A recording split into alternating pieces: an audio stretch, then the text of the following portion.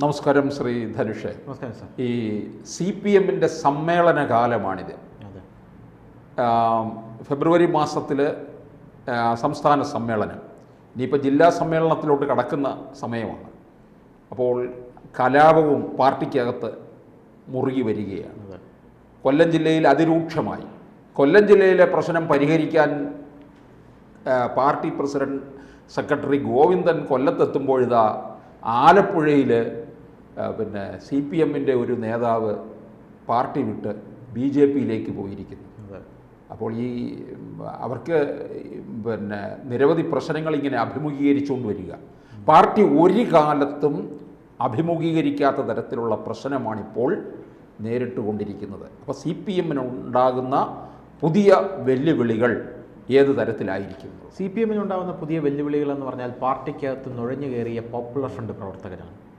പാർട്ടിക്കകത്ത് നുഴഞ്ഞു കയറി പോപ്പുലർ ഫ്രണ്ട് പ്രവർത്തകർ പാർട്ടി പിടിച്ചെടുക്കുന്ന ഒരു സാഹചര്യം ഉണ്ടാകും എന്നാണ് ഇപ്പോൾ സാധാരണ സഖാക്കന്മാർ വിലയിരുത്തുന്നത്. കാരണം അതിനകത്ത് ഇവരുടെ വലിയ രീതിയിലുള്ള അതിപ്രസരം പാർട്ടിക്കകത്ത് വലിയ അലോസരങ്ങൾ സൃഷ്ടിക്കുന്നുണ്ട് എന്നുള്ള കാര്യത്തിൽ തർക്കമില്ല. CPM സംസ്ഥാന സെക്രട്ടേറിയറ്റ് തന്നെ ഇത് പറഞ്ഞിട്ടുണ്ട്. അതായത് പാർട്ടിക്കകത്ത് മൗലികവാദികൾ നുഴഞ്ഞു കയറിയിട്ടുണ്ട് എന്ന് കൃത്യമായിട്ട്. ഞാനൊരു കാര്യം ചോദിക്കട്ടെ സാറേ, ഈ പോപ്പുലർ ഫ്രണ്ട് ഇവിടെ നിരോധിച്ചു. പോപ്പുലർ ഫ്രണ്ടിൻ്റെ സകല നേതാക്കന്മാരെയും NIA കൊണ്ട് തീഹാർ ജയിലിൽ അടച്ചിരിക്കുകയാണ്. ഈ സാഹചര്യത്തിൽ ഇവിടെയുള്ള പോപ്പുലർ ഫ്രണ്ട് പ്രവർത്തകർ ഇവിടെ പോയി. പോപ്പുലർ ഫ്രണ്ട് പ്രവർത്തകർ കൃത്യമായിട്ട് അവർ CPM-ലേക്ക് ചേക്കേറിയിരിക്കുകയാണ്. കോൺഗ്രസിലേക്ക് അവർ ചേക്കേറാനുള്ള സാധ്യത വളരെ കുറവാണ്. കാരണം കോൺഗ്രസ്സിൽ മുസ്ലിം ലീഗ് ഉണ്ട്. CPM എന്ന് പറഞ്ഞ ഭരണവർഗത്തോട് ചേർന്ന് നിൽക്കാനാണ് അവർ എപ്പോഴും ആഗ്രഹിക്കുന്നത്. പോരാത്തതിന് വേറൊരു കാര്യം പറയാം. പോപ്പുലർ ഫ്രണ്ട് ഉണ്ടായിരുന്നപ്പോൾ തന്നെ രാവിലെ CPM-ഉം രാത്രി PFI-യുമായിട്ട് മാറുന്ന പല സഖാപ്പികൾ എന്നറിയപ്പെടുന്ന, ഇത് സോഷ്യൽ മീഡിയ ഭാഷയാണ്, സഖാപ്പികൾ എന്നറിയപ്പെടുന്ന പല ആൾക്കാരും പാർട്ടിക്കകത്ത് വലിയ രീതിയിലുള്ള സ്വാധീനം ചെലുത്തിയിട്ടുണ്ടായിരുന്നു. അതിന് പാർട്ടിക്കകത്തുള്ള ആൾക്കാർ തന്നെ ഇത് വിളിച്ചു പറയുന്നൊരു സാഹചര്യം ഉണ്ടായിരുന്നു. നമ്മളത് കണ്ടതാണ്. പോരാത്തതിന് CPM എന്ന് പറയുന്ന പാർട്ടിയിൽ തമ്മിലടിയും അതിഭീകരമായിരിക്കുകയാണ്. തമ്മിലടി നമ്മൾ കണ്ടതാണ്. ഈ നവീൻ ബാബുവിൻ്റെ വിഷയത്തിലൊക്കെ പത്തനംതിട്ട CPM-ഉം CPI-യും എല്ലാവരും കൂടെ ചേർന്ന് നിന്നുകൊണ്ട് പാർട്ടിയെ നിശിതമായിട്ട് വിമർശിക്കുന്നത് നമ്മൾ കണ്ടതാണ്. ആറന്മുളയിൽ നമ്മുടെ വീണ ജോർജിൻ്റെ ഭർത്താവിനെ നിശിതമായിട്ടുള്ള വിമർശനം പാർട്ടി പ്രവർത്തകർ തന്നെ ഉന്നയിക്കുന്ന കാഴ്ച കണ്ടതാണ്. വീണ ജോർജിനെതിരെ പോസ്റ്ററുകൾ വരുന്ന കാഴ്ച നമ്മൾ കണ്ടതാണ്. എന്തിനു പറയുന്നു? ആറന്മുളയിൽ വന്നു നിന്ന പത്തനംതിട്ടയിൽ വന്നു നിന്ന നമ്മുടെ തോമസ് ഐസക്കിനെതിരെ നിശിതമായിട്ടുള്ള വിമർശനം വന്നില്ലേ? പരസ്യമായിട്ടുള്ള പോസ്റ്റുകൾ വന്നില്ലേ? CPM ഒരു കേഡർ പാർട്ടിയാണ്. ഈ കേഡർ പാർട്ടിയായിട്ടുള്ള CPM-ൽ ഇതുപോലൊരു ചെറിയ അസ്വാരസ്യം ഉണ്ടായാൽ തന്നെ അത് വലിയ ചലനം സൃഷ്ടിക്കും എന്നുള്ള കാര്യത്തിൽ തർക്കമില്ല. അവരുടെ അച്ചടക്കമാണ് അവരുടെ ശക്തി എന്നാണ് നമ്മളെല്ലാവരും പലപ്പോഴായി പറഞ്ഞിട്ടുള്ളത്. ഈ അച്ചടക്കം പാർട്ടിക്ക് നഷ്ടപ്പെട്ട് കഴിഞ്ഞാൽ പാർട്ടി പിന്നെ ഇല്ല എന്നുള്ളത് കൃത്യമായിട്ട് അറിയാം. പാർട്ടിക്കകത്ത് ഉൾപാർട്ടി ജനാധിപത്യം തീരെ ഇല്ലാത്തൊരു പാർട്ടിയാണ് CPM എന്ന് പറയുന്നത്. അങ്ങനെയുള്ളൊരു പാർട്ടിയിൽ ഏതെങ്കിലും ഒരു ഭാഗത്ത് ഒരു ഗ്യാപ്പ് വന്നു കഴിഞ്ഞാൽ അത് വലിയ വിടവായിട്ട് മാറാനായിട്ട് ഒരു സമയം ആവശ്യമില്ല, അധികം സമയമൊന്നും ആവശ്യമില്ല. അങ്ങനെ ഇരിക്കുന്ന സാഹചര്യത്തിലാണ് ഇപ്പോൾ CPM-ൽ നിന്ന് ഈ സമ്മേളനം നടക്കുന്ന, ഏരിയ സമ്മേളനങ്ങൾ നടക്കുന്ന ഈ ഒരു ഘട്ടത്തിൽ വേറൊരു വാർത്ത കൂടെ പുറത്തു വന്നത് സാർ ഞാൻ പറയാം. ഈ ആലപ്പുഴ എന്നുള്ള വാർത്തയാണ് ഞാൻ പറയുന്നത് കൊണ്ട് പറയാം. ആലപ്പുഴയിൽ G. സുധാകരന് ക്ഷണമില്ല. അദ്ദേഹത്തിൻ്റെ വീട്ടിൻ്റെ അടുത്താണ് ഈ സമ്മേളനം നടക്കുന്നത്. പക്ഷേ G. സുധാകരൻ എന്ന് പറഞ്ഞ മുൻ മന്ത്രിക്ക് ആലപ്പുഴയിൽ ഇങ്ങോട്ടേക്ക്, മുൻ പൊതുമരാമത്ത് മന്ത്രിയാണ് അദ്ദേഹം, ആലപ്പുഴയിൽ ആ സമ്മേളനത്തിന് ക്ഷണമില്ല എന്നുള്ളതാണ് ഏറ്റവും വലിയ വിരോധാഭാസം എന്ന് പറയുന്നത്. അപ്പോൾ അവിടെയുള്ള തമ്മിലടി, ആലപ്പുഴയിൽ നേരത്തെ തമ്മിലടി വ്യക്തമാണ്. G. സുധാകരൻ്റെ സ്ഥാനത്ത് അവിടെ അവർ എടുത്തു വച്ചിരിക്കുന്നത്, G. സുധാകരനെ പുറത്താക്കാൻ അവിടെ എടുത്തു വച്ചിരിക്കുന്നത് ഈ ഒരു മതമൗലികവാദിയാണ് എന്നുള്ള ആരോപണം പലപ്പോഴായിട്ടുണ്ട്. അദ്ദേഹത്തിൻ്റെ പേര് ഞാൻ എന്തായാലും പറയുന്നില്ല. അദ്ദേഹം പാർട്ടിയിൽ ഒരു മതമൗലികവാദിയാണ്. അദ്ദേഹമാണ് ഇദ്ദേഹത്തെ പുറത്താക്കാനായിട്ട് വലിയ രീതിയിൽ ചരട് വലിയുന്നത്. അദ്ദേഹത്തിൻ്റെ കൂടെ എനിക്ക് തോന്നുന്നു സജി ചെറിയാനും കൂടെ ഉണ്ട് എന്നുള്ള വലിയ രീതിയിലുള്ള ആരോപണങ്ങൾ സാറിന് അറിയായിരിക്കും. ആരോപണങ്ങൾ ആ സമയത്ത് ഉണ്ടായിരുന്നു. അപ്പോൾ അതിൻ്റെയൊക്കെ ഒരു ബാക്കി പത്രമായിട്ട് നമുക്കിതിനെ കണ്ടാൽ മതി. ഇപ്പോൾ പൊട്ടിത്തെറിച്ചുകൊണ്ട് ആ പാർട്ടിയിൽ നിന്ന് പുറത്തേക്ക് ഇറങ്ങി വന്നിരിക്കുന്നത് അവിടുത്തെ ഏരിയ സെക്രട്ടറി ആയിട്ടുള്ള, ഏരിയ CPM വിഭാഗീയതയിൽ ബിപിൻ സി ബാബു എന്ന് പറയുന്ന ഒരു വ്യക്തിയാണ് ഇപ്പോൾ CPM-ൽ നിന്ന് അദ്ദേഹം BJP-യിലേക്ക് ചേർന്നിരിക്കുന്നത്. CPM-നുള്ള വിഭാഗീയത കണ്ട് മടുത്തിട്ടാണ് അദ്ദേഹം BJP-യിലേക്ക് ചേർന്നത് എന്നാണ് നമുക്ക് മനസ്സിലാക്കുന്നത്. അപ്പോൾ ഇദ്ദേഹത്തിൻ്റെ ക്വാളിഫിക്കേഷനെ കുറിച്ച് പറയുകയാണെങ്കിൽ CPM-ൽ ഇദ്ദേഹം SFI ജില്ലാ സെക്രട്ടറിയായും DYFIയുടെ ജില്ലാ പ്രസിഡൻ്റായിട്ടുള്ള സ്ഥാനങ്ങൾ വഹിച്ചിട്ടുണ്ട്. അപ്പോൾ ചെറിയ ആളല്ല ഇങ്ങോട്ടേക്ക് വന്നിരിക്കുന്നത് എന്ന് നമുക്ക് മനസ്സിലാകും. ബിപിൻ എന്ന് പറയുന്ന ഈ വ്യക്തിയുടെ കുടുംബം പാർട്ടി കുടുംബമാണ്. അപ്പോൾ ആ പാർട്ടി കുടുംബത്തിൽ നിന്നാണ് ഒരു വ്യക്തി വന്നിരിക്കുന്നത്. CPM വിട്ട് കൂടുതൽ പേര് BJP-യിലേക്ക് വരുമെന്നാണ് ഈ ബിപിൻ പ്രതികരിച്ചിരിക്കുന്നത് ഇപ്പോൾ. അപ്പോൾ അദ്ദേഹം BJPയിലേക്ക് വന്നപ്പോൾ ഒരു കാര്യം പറഞ്ഞിട്ടുണ്ട്.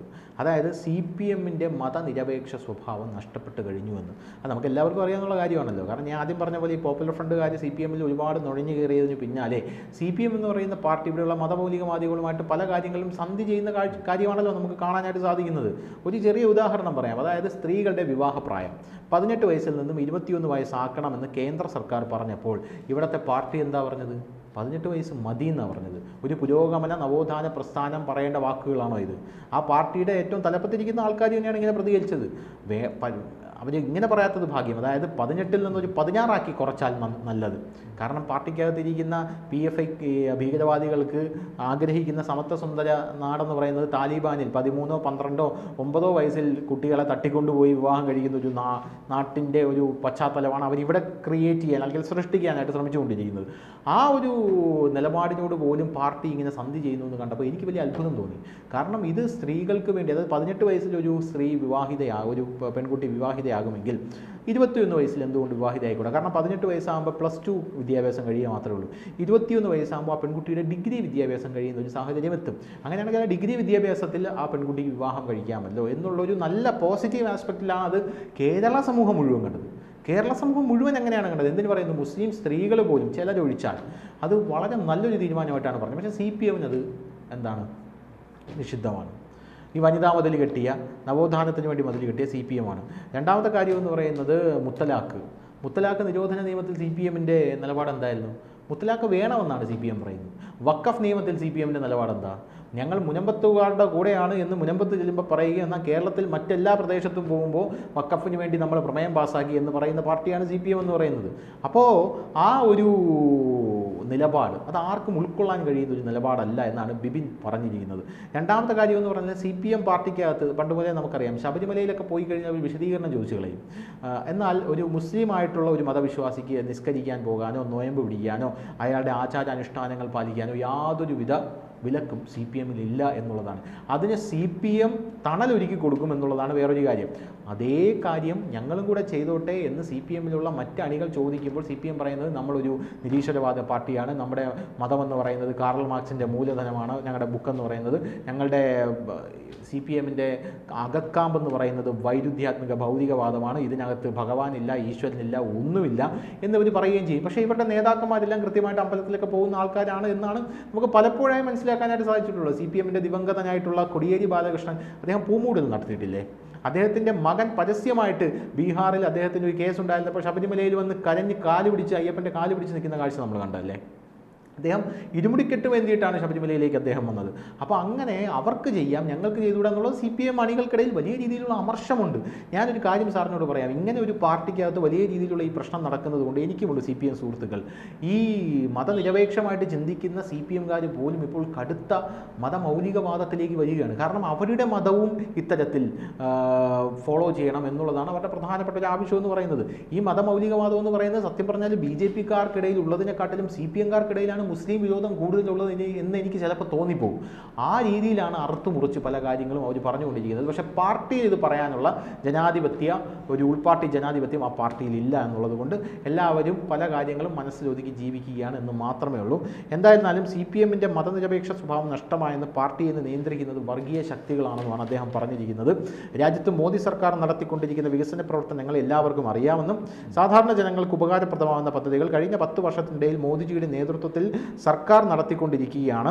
കേരളത്തിലെ നാഷണൽ ഹൈവേ മാത്രം ഉദാഹരണമായി എടുത്താൽ മതി. റെയിൽവേയിൽ നടന്ന വികസന പ്രവർത്തനങ്ങൾ, ജനങ്ങൾക്ക് ഉപകാരപ്രദമായ പദ്ധതികൾ നടപ്പിലാക്കിക്കൊണ്ടിരിക്കുകയാണ്. BJPയിൽ അംഗത്വം എടുത്തതിൽ ഞാൻ അഭിമാനിക്കുന്നു എന്ന രീതിയിലാണ് അദ്ദേഹത്തിൻ്റെ പ്രസ്താവന വരുന്നത്. അപ്പോൾ ഈ പ്രസ്താവന ഈ നമ്മുടെ CPMൽ കൂടുതൽ ഒരു ആശയക്കുഴപ്പം സൃഷ്ടിച്ച് അതിൽ നിന്ന് ഇദ്ദേഹത്തിൻ്റെ പുറകെ ധാരാളം ആൾക്കാർ BJPയിലേക്ക് ചേക്കേറും എന്നാണ് BJP ഇപ്പോൾ കണക്ക് കൂട്ടുന്നത്. BJPയുടെ സംസ്ഥാന അധ്യക്ഷനും ഇപ്പോൾ അങ്ങനെ തന്നെയാണ് കണക്ക് കൂട്ടുന്നത് എന്നാണ് നമുക്ക് മനസ്സിലാക്കാനായിട്ട് സാധിക്കുന്നത്. ഇതിന് K. സുരേന്ദ്രൻ പറഞ്ഞ അല്ലെങ്കിൽ BJP പറഞ്ഞ ഒരു മറുപടിയുണ്ട്. ചില മാലിന്യങ്ങൾ പോകുമ്പോൾ BJPയിലേക്ക് ശുദ്ധജലം വരും എന്നാണ് BJP സംസ്ഥാന അധ്യക്ഷൻ സുരേന്ദ്രൻ പറഞ്ഞിരിക്കുന്നത്. ആ മാലിന്യം ആരാണെന്ന് നമുക്ക് എല്ലാവർക്കും അറിയാം. സന്ദീപ് വാര്യയാണ് അദ്ദേഹം ഉദ്ദേശിച്ചിരിക്കുന്നത്. ആ മാലിന്യം പോയി കഴിഞ്ഞപ്പോൾ ശുദ്ധജലം BJPയിലേക്ക് ഒഴുകിയെത്തിയെന്ന് പറഞ്ഞുകൊണ്ടാണ് സുരേന്ദ്രൻ അദ്ദേഹത്തെ സ്വീകരിച്ചത്. എന്തായാലും ഇദ്ദേഹത്തിൻ്റെ ഭാവി BJPയിൽ വരും ദിവസങ്ങളിൽ എങ്ങനെയായിരിക്കുമെന്ന് നമുക്ക് കണ്ടറിയാം. കൂടുതൽ വാർത്തകളും വിശേഷങ്ങളും നിങ്ങളിലേക്ക് എത്താൻ ABC മലയാളം സബ്സ്ക്രൈബ് ചെയ്യുക, ബെൽബട്ടനും അമർത്തുക.